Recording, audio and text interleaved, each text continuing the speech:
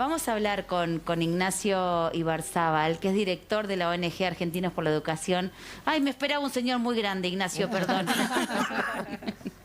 Hola, Ignacio, gracias por la comunicación. Casi digo señor, pero podría ser mi hijo. Bueno, hola Máximo, hola a todos en el piso, un gusto estar con ustedes. Igualmente, Ignacio, gracias por hablar con nosotros. Ignacio, nada, a 2 meses de haber empezado las clases, casi generosamente te lo digo, ¿cuál es tu posición ante estos rumores o algunos pedidos, como decía Carlita, de grupos de padres, de que vuelva la virtualidad? ¿Cuál es tu posición ante las clases, los niños y la pandemia? Yo, así como todos en Argentinos por la Educación y en la campaña que participamos a las aulas, lo que queremos y por lo que estamos trabajando es porque se mantenga la presencialidad todo lo posible. Y si quieren doy un poquito de contexto. Me encantaría. Después de todo el año pasado que perdimos la presencialidad, nos unimos con más de 130 organizaciones y lanzamos esta campaña a las aulas con un pedido con 3 consignas muy sencillas. La primera, que prioricemos la educación. La segunda, que la presencialidad vuelva a ser el principio. Y la tercera, que desde los gobiernos haya un plan para cada situación, para cada lugar y para cada momento. Y la verdad, la campaña fue un éxito, más de 200.000 personas acompañaron. Creemos que eso tuvo un impacto, digamos, en la política educativa. Y bueno, estamos muy contentos con que en marzo hayamos podido regresar a la presencialidad, sobre todo por los estudiantes en situaciones más vulnerables. Claro. ¿No? Sí, y ahí por ahí una cosa que quiero agregar también, nobleza obliga.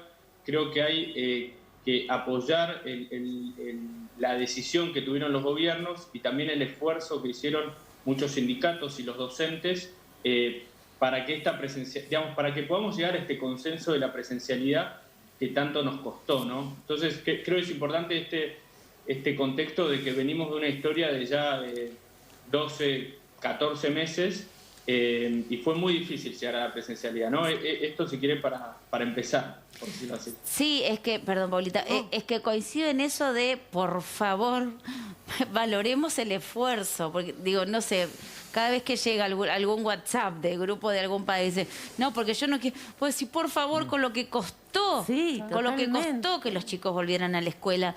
Y tampoco, más allá de las situaciones personales, que los chicos les hace muy mal no ir a la escuela, hay una cuestión de desigualdad absoluta, ¿no? Digo, porque frente a la virtualidad. El chico que no va a la escuela, no va a la escuela. O sea, no tiene otra manera de tener contacto con la escuela que no sea presencial. Bueno, yo leí un informe hace muy poco que hablaba... Es una locura que todavía estemos tiempo, discutiendo sobre la presencialidad en las escuelas. Es irracional. El tiempo que los chicos hicieron las clases virtuales completaron un 20% de la evolución que tenían de manera presencial. Pero aparte algo muy importante, digamos. Nosotros acá, digamos, o los de clase media, que cuando nos quejamos de lleno, sí, la escuela es algo importante, porque aprenden cosas, porque están con los amigos, pero los odios. Sociabilizan. Pero, sí, no, pero yo te digo una cosa, para muchos pibes... No se les va la vida lugar, a nuestros hijos. No, pero hay muchos pibes que en la escuela comen. Claro. La única comida de su día. Hay pibes que en la escuela están a reparo del frío. Hay pibes que en la escuela es el lugar donde son escuchados y donde son contenidos y contenidos. Las escuelas son el lugar de donde el 70% de los abusos contra los niños, ya sea por violencia o por abuso sexual, son quienes denuncian el 70% de los casos de violencia. Entonces, ¿de qué estamos hablando si es importante la presencialidad? Es importante por un montón de cuestiones.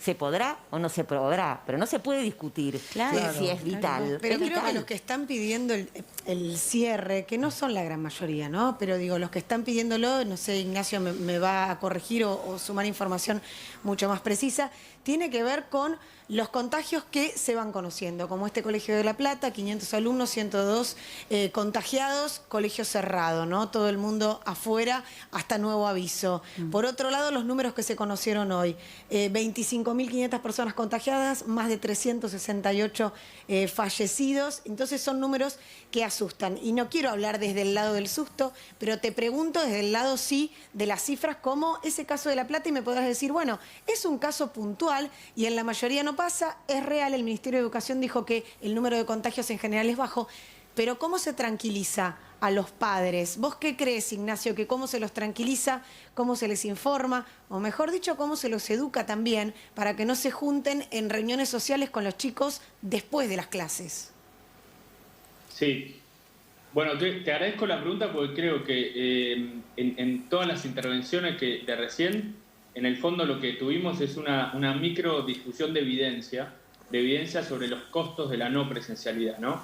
Claro. Y entonces, en este momento tan peculiar, que claramente es una encrucijada, es un momento bisagra respecto, digamos, en el fondo como sociedad nos estamos preguntando hoy, frente al aumento de los casos, qué rol damos a la educación, qué tanto vamos a priorizar realmente a la educación, ¿no? ¿Y por qué digo esto? Porque ¿cuál es el escenario desde la evidencia? Por un lado, la segunda ola ya llegó, está clarísimo, el pico de contagios, de ahí que es muy justificado el miedo de muchas personas. Pero por otro lado, desde agosto del año pasado, que hay estudios recurrentes y pronunciaciones recurrentes de organismos internacionales y de muchas organizaciones sobre los enormes costos de la no presencialidad. Y acá me quiero detener un poco porque esto es muy importante.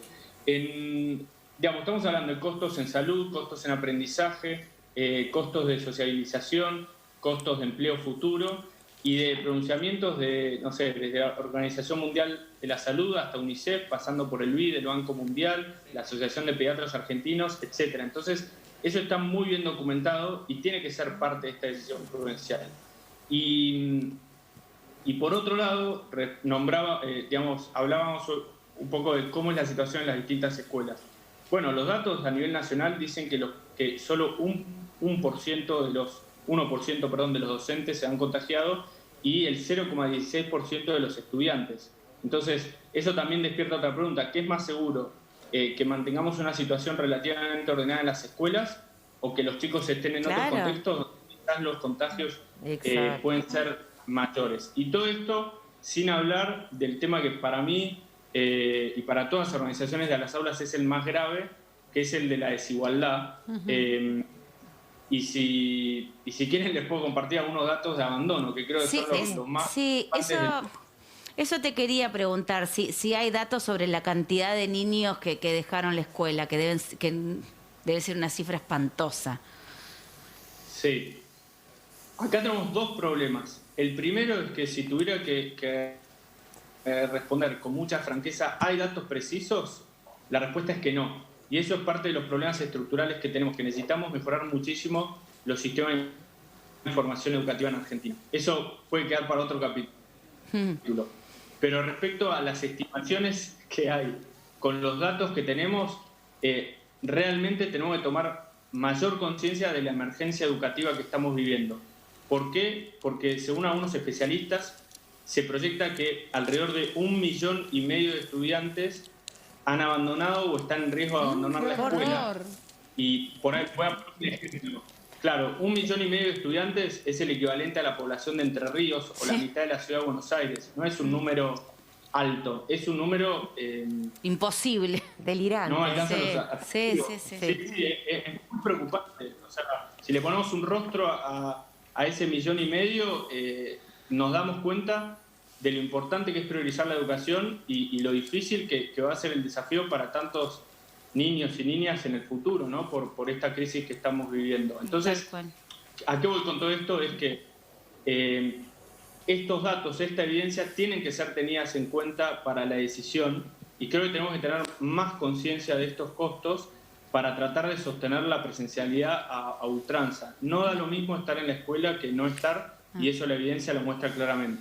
Sin duda, sin duda, sin duda. Más claro imposible. Ignacio, gracias, muchísimas gracias por la comunicación. Te molestaremos seguramente la semana que viene para seguir hablando sobre esto. Gracias, Ignacio, un placer. A disposición, muchísimas gracias a ustedes. Hasta luego. Gracias, muchas gracias, Ignacio.